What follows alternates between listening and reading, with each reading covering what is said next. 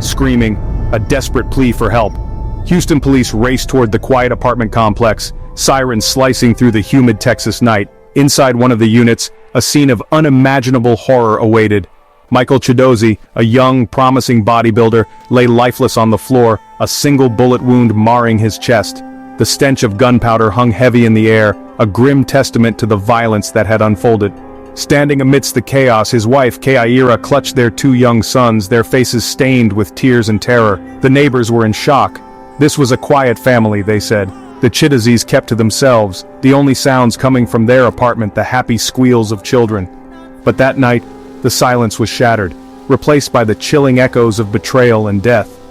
The sight of Michael's lifeless body, so full of life just hours before, sent a collective shudder through the responding officers. His eyes, wide with surprise and a flicker of betrayal, stared blankly at the ceiling. The life had been stolen from him, leaving behind a chilling tableau of domestic horror. The whispers started immediately. This was no random act of violence. This was something far more sinister, a story of love twisted into something dark and deadly. Michael Chiedozie was living the American dream. He had emigrated from Nigeria with his family as a teenager, his eyes set on a brighter future. Hard work and dedication were his mantras. He toiled tirelessly at his job and poured his heart into his passion bodybuilding. Michael's dedication paid off. His physique, sculpted to perfection, earned him accolades and admiration within the bodybuilding community. Keaira, his wife, was a striking woman with a quick smile and a warm demeanor. She had met Michael at a local church, and their shared faith and Nigerian heritage had drawn them together. They married young, their union blessed with two beautiful sons. Keaira embraced the role of a doting wife and mother. She was often seen cheering Michael on at his competitions, her pride palpable. On the surface, theirs seemed like a love story, a testament to shared dreams and unwavering devotion. But beneath the veneer of normalcy, a darkness festered. The whispers started softly, like the rustle of wind through dry leaves. Neighbors recalled heated arguments, the sharp tones of Michael and Keaira's voices cutting through the stillness of the night. Friends noticed a growing distance between the couple, a palpable tension that lingered in the air. As detectives began piecing together the puzzle of Michael's murder, their investigation led them down a twisted path of deceit and desperation. The crime scene, while chaotic, yielded a crucial clue. The murder weapon, a .38 caliber revolver, registered in Keaira's name. Her explanation that she kept the gun for protection seemed flimsy at best. Further digging unearthed a web of financial woes. Keaira, it turned out, was deeply in debt, drowning in a sea of credit card bills and unpaid loans.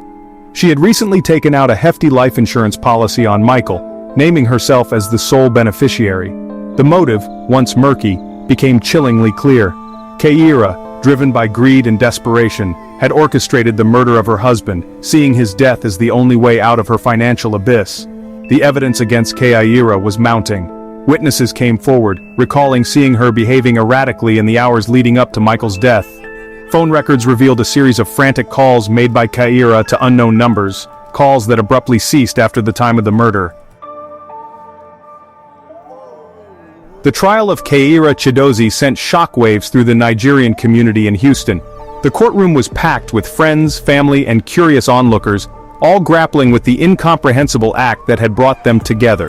The prosecution painted a chilling portrait of a cold, calculating woman driven to murder by greed. The defense argued that Keaira was a loving wife and mother, incapable of such a heinous act. They claimed that Michael's death was a tragic accident, a result of a domestic dispute gone wrong. The jury, however, remained unconvinced. The evidence, they concluded, was overwhelming. After days of deliberation, they delivered a unanimous guilty verdict.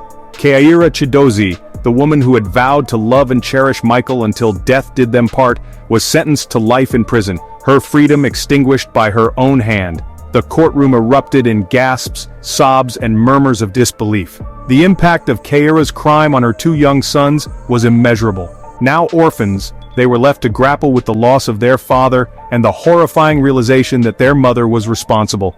The once happy family, torn apart by betrayal and violence, would forever bear the scars of